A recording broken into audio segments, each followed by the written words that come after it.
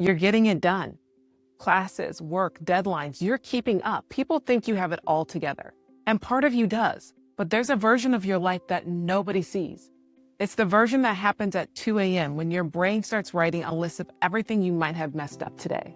It's the way one tiny mistake, like a typo in an email or being 5 minutes late, feels like absolute proof that you're a fraud. You don't tell people about that part. Because how do you explain that you're succeeding and drowning at the same time?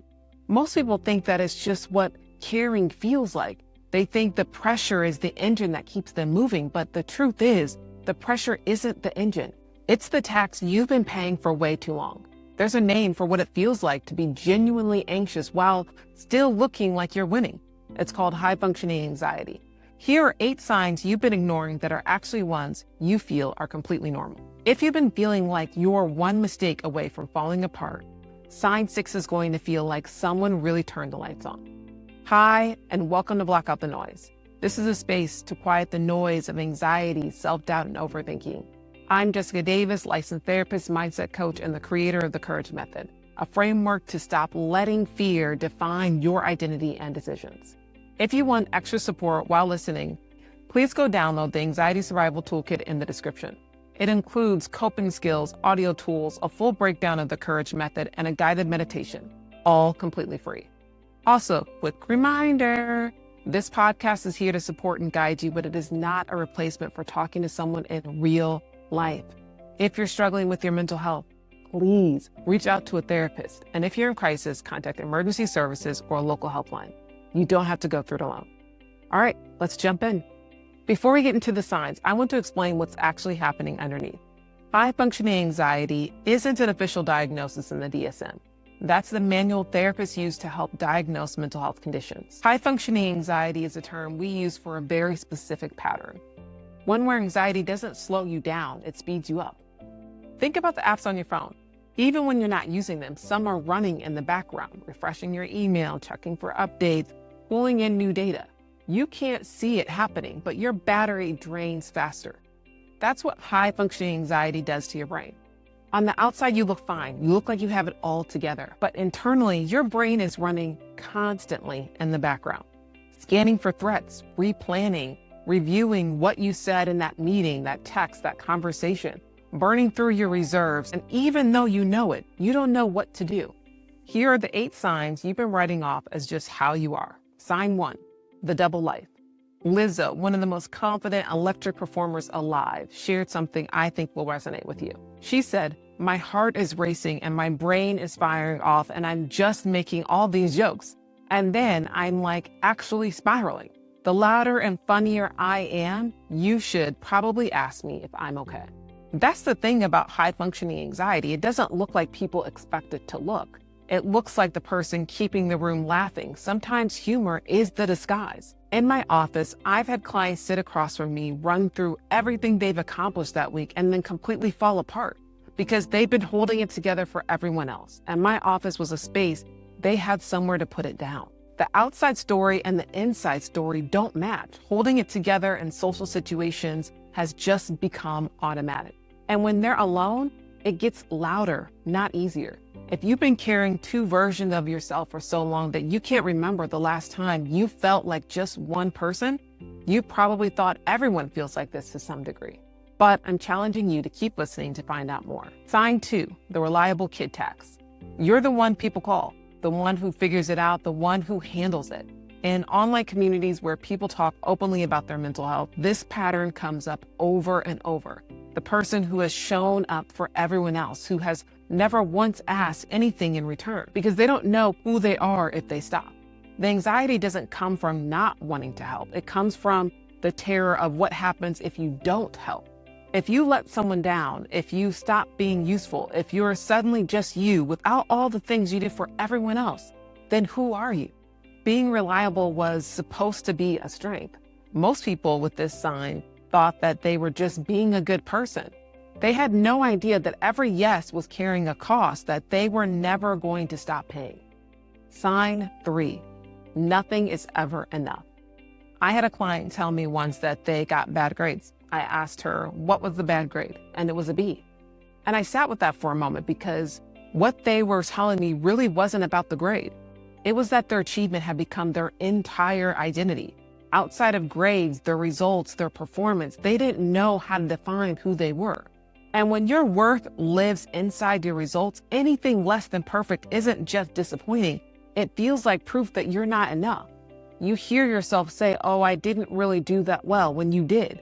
You live in the "I should have" statements. Whatever you've accomplished, your brain immediately moves the goalpost so it never quite counts.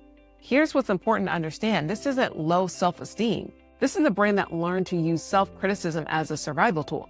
If I stay hard on myself, I won't get caught off guard by failure. The problem is it never turns off. Most people with this pattern think they're just high achievers. They think it is completely normal to feel like enough never quite arrives. But I'm going to challenge you to keep listening so that you can find more answers to that. Sign 4, the unearned break. A while back, I sat down during lunch to watch a show and relax, just to decompress during the middle of the day. I sat there, and after a while, I felt this need to start doing. So I picked up my phone and started answering emails because sitting still felt wrong, like I was falling behind, like the rest wasn't real until I had earned it. And I hadn't supposedly earned it yet. Research on something called relaxation-induced anxiety shows that some people slowing down actually triggers more anxiety, not less. The body has trained to treat stillness as a threat. So you reach for your phone, you make a list, you find something to do because doing feels safer than stopping. Your nervous system has clicked off the rest button and hasn't figured out how to turn it back on. Most people with this sign just think they're bad at relaxing. They think everyone has that low-level guilt when they sit still. Sign 5, the sprint crash loop. This one I constantly see in my practice. Someone pushes through a high-demand season, finals, a big project, a really hard few weeks. They make it through, and then the second it's over, they crash. Not just tired, completely depleted, sometimes sick, sometimes unable to do basic things for days. Just when they're starting to feel like themselves again, the next deadline arrives. Back to overdrive. The crash isn't the weakness. It happens when your nervous system has been running in emergency mode and finally gets a moment to exhale. But during the crash, the anxiety doesn't get quiet. It gets louder. You're falling behind. You can't afford this. So they just push back into sprint before they've actually recovered. The crash next time is a little worse. Most people in this loop think that they just needed more discipline. They think they're weak for crashing. They had no idea their nervous system was doing exactly what it's built to do, just without a proper reset. Sign 6, the invisible finish line. You do well, you get the achievement that you were striving for, and you're happy for a little while anyway. But then you start worrying about the next goal. That's the invisible line, the idea that rest, relief, and peace are things you'll feel, just not yet. Not until the next thing is handled, not until the list is done, not until everything is in place. But the list doesn't end. The next thing always comes. The finish line moves every time you get close. The frustrating part is that this happens after every single thing you've achieved. Every win, every milestone, every moment that you should have felt like enough. Most people with this sign think they're just motivated, driven. They think the pressure was why they were succeeding. They had no idea it was also why they never felt like they'd arrived. Sign 7, your body gives you away. Your brain might be good at carrying anxiety quietly, but your body keeps the score. The tension headaches that live in your shoulders and your neck, the stomach that knots up before something that shouldn't be a big deal, the chest that feels so tight in situations other people seem fine in, the jaw you've been clenching at night without realizing it, the exhaustion that doesn't go away, even after a full night's of sleep. These aren't random. They're not a sensitivity issue or a medical mystery. They're your body communicating what your brain has learned to override. Anxiety that lives in your thoughts will eventually find its way into your body. Your body keeps giving you the signal until you listen to it. Most people with this sign ignore the signals their body is sending. They have no idea that what they're carrying is showing up with them physically. Sign 8, the helper who won't ask. You can't bring yourself to ask for help, even when a part of you knows you need it. And this one is quietly the hardest. It's not that you think you don't deserve help. It's that asking for it feels like it would break something. If you admit you're struggling, you're afraid that it shatters the image that you have it all together. You don't want people to think you can't be counted on, so you carry it alone, even while a part of you is hoping someone will notice.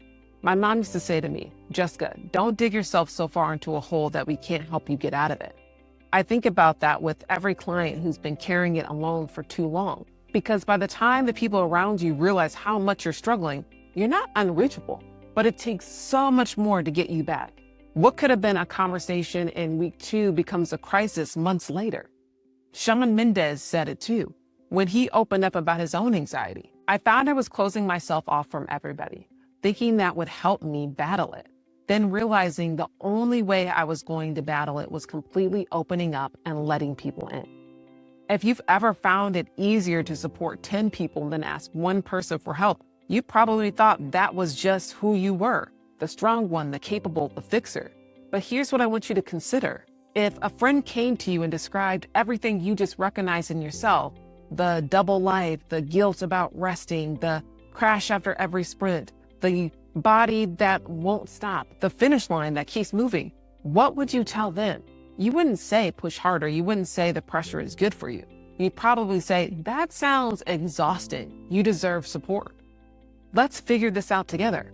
You deserve to hear that too. High-functioning anxiety doesn't mean you're broken. It means you've been coping in a way that got you through, but that you don't have to keep doing alone. Here's what I want you to do. One thing. Think about a GPS for a second. When you miss your turn, the GPS doesn't stop the route. It doesn't lecture you. It says recalculating, and it finds you a new path from exactly where you are. That's what asking for help looks like. Not starting over, not admitting failure, just saying, I'm here, I need a new route.